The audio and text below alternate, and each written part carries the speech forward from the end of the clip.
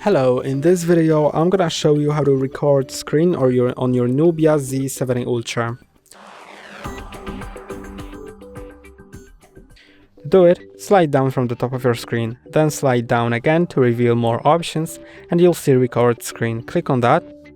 Then to record, click on this red circle, but before I suggest you clicking on the option next to it, and you can either enable or disable microphone and system sounds.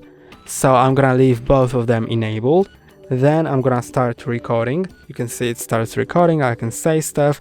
I can do anything on my phone that I want.